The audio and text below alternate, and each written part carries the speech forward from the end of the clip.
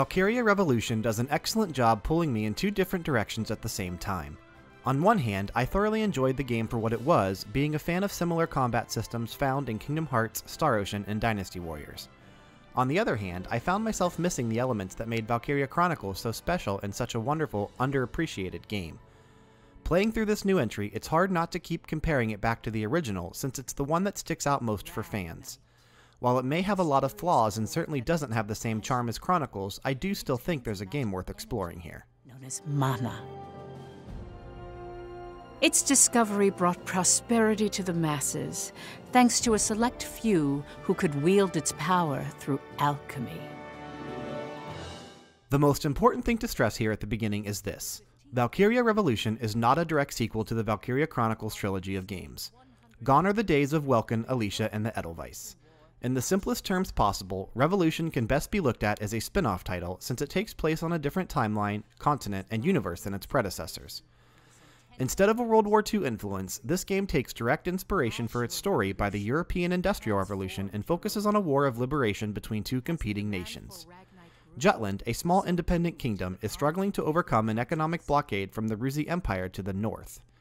The Ruzi Empire came into this position of power thanks to Ragnite, a mineral mined and used for energy sources, but it also has magical powers. But that's not the only thing Ruzi has going for them. Much to the dismay of Jutland, they also have a Valkyria, the living embodiment of death in a demigod form. These take on a slightly different appearance than what fans are used to seeing from the original trilogy, but it's nice to see some lore aspects still carried over into this new installment. Players take direct control of the Vannergand, a powerful team of Ragnite specialist soldiers selected to take out the Valkyria that the Ruzi Empire holds so dear. Most of your time will be spent with Captain Amlet Gronkare, the main protagonist of the game. Together with Princess Ophelia and a handful of other characters, your purpose is to slowly occupy enemy settlements and strike at the opponent whenever possible. But, as introduced in literally the first few minutes of the opening sequence, Amlet hides a dark secret. There was a subsect operating undetected right under the noses of the Jutland Kingdom, and these 5 individuals end up being known as the 5 Traitors. Why? Play the game and find out. Forgive me, sire. It is not my place to speak of such matters. Suspect whether power corrupts. Question that money is evil. Doubt even if right makes might. But never lose faith in us. Without a doubt, the strongest element in Valkyria Revolution is the storytelling. I'm a huge fan of a great story in a role-playing game, and luckily, this game succeeded my expectations on this front. It is presented in a similar style to Chronicles in that everything is housed within a book and the story is basically being told from one person to another. However, I will say that this is a very traditional, old-school JRPG in terms of the way the story is presented. Be prepared for 70% cutscenes, 30% gameplay throughout the 50 to 60 hours it'll take to complete the main story. This ratio definitely brought back memories of the Xenosaga trilogy, so just keep this in mind before diving into the game.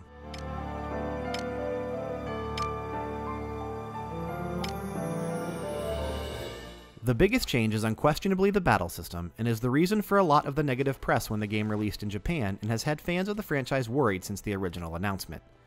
This game is not a tactical strategy RPG by any means. There are still some slight strategy elements involved with battles, but nothing like the original game and what fans wanted to see moving forward. Think Kingdom Hearts, mixed with Star Ocean and sprinkled with Dynasty Warriors. You move around in a 3D environment, and the sole object is to eliminate the enemies. You do this via attacking, but you can only attack 3 times before your gauge is depleted and needs to be recharged. Don't worry, the recharge happens within seconds, and you'll be back to hitting the attack button and taking out the Ruzi Empire. The more enemies you defeat and the stronger your influence in a particular area, the quicker your stamina meter will fill back up, with a full influence bar causing it to basically never run out.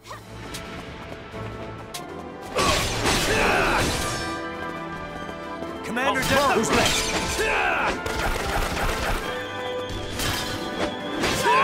This is going well. All right. This is clearly a massive departure from the original Valkyria Chronicles, but I'm content with the new system. I prefer these action battle systems more so than tactical strategy, but that system is what really made Chronicles so unique and beloved amongst the community. And I have to agree that they should have stuck with that system and made this franchise something different from all the other role-playing games out there at the moment.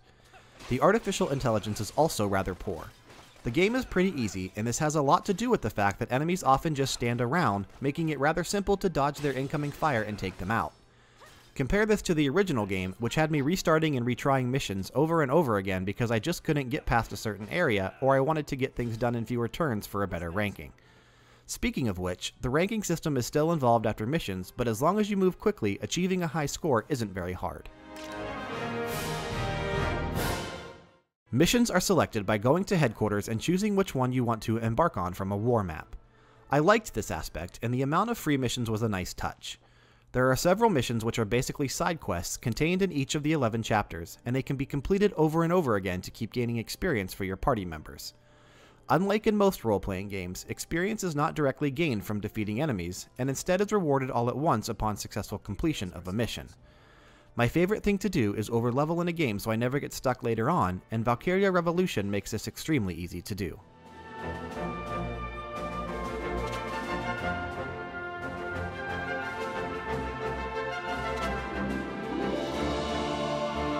That is all. Dismissed. Weapons and characters can be customized through a menu and system that is very reminiscent of the sphere grid system found in Final Fantasy X. Each character in the Vandergand has a unique grid attached to them, and you can use items found in battles and during missions to attach experience to certain skills, like attack up, magic up, etc. Once you unlock a node, the surrounding ones open up, and it's actually really well done.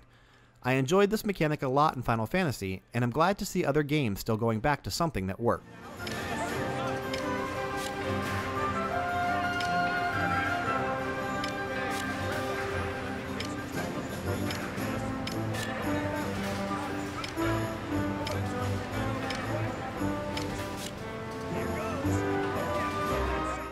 Graphics-wise, Valkyria Revolution is a step up from the original game.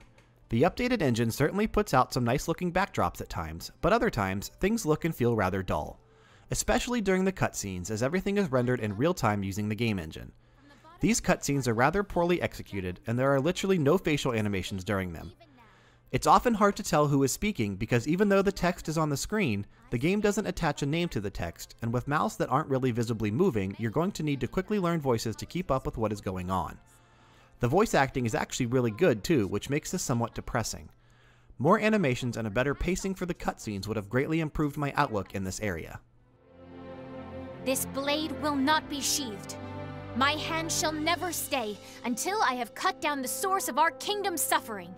Beauteous azure light that shines so gently, pure and bright, across lands of plenty thrives the freedom of countless lives. But then there's the soundtrack. As a lot of people may know, soundtracks and the way a game can make you feel certain emotions using music is perhaps one of my favorite things about the gaming medium. Valkyria Revolution nails the soundtrack just as it did in the prior games. World-renowned composer Yasunori Mitsuda is responsible for this beautiful soundtrack. Known for his work on fantastic titles such as Chrono Trigger, Xenogears, Xenosaga Episode 1, and Xenoblade Chronicles, he has a certain style that cannot be duplicated. I have personally added this soundtrack to my list of ones that I will continuously go back to and listen to time and time again. How do you mean? If anything were to happen to Princess Ophelia, the entire country, from cowherd to king, would be out for our blood. The anti-Valkyria squad's fate now hinges on Her Highness. Valkyria Revolution is going to get a significant amount of hate from the role-playing game community. Is it justified? I actually don't think so. Even though the battle system is such a radical change from the original games, the graphics are hit or miss in certain areas, and the cutscenes can be downright brutal and quite lengthy, there's still a lot to enjoy. An impressive cast of characters and interesting story, beautiful accompanying soundtrack, fun sphere grid leveling system, and a different take on the battle system more in line with action RPGs. Yes, I purposefully included the battle system in both the positive and negative categories. People like myself are going to enjoy it for what it is. Others are going to downright hate it.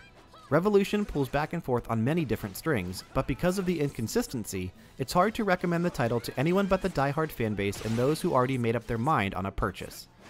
That being said, I would implore you to try this game for yourself. You may just find that you're like me after all. Grüß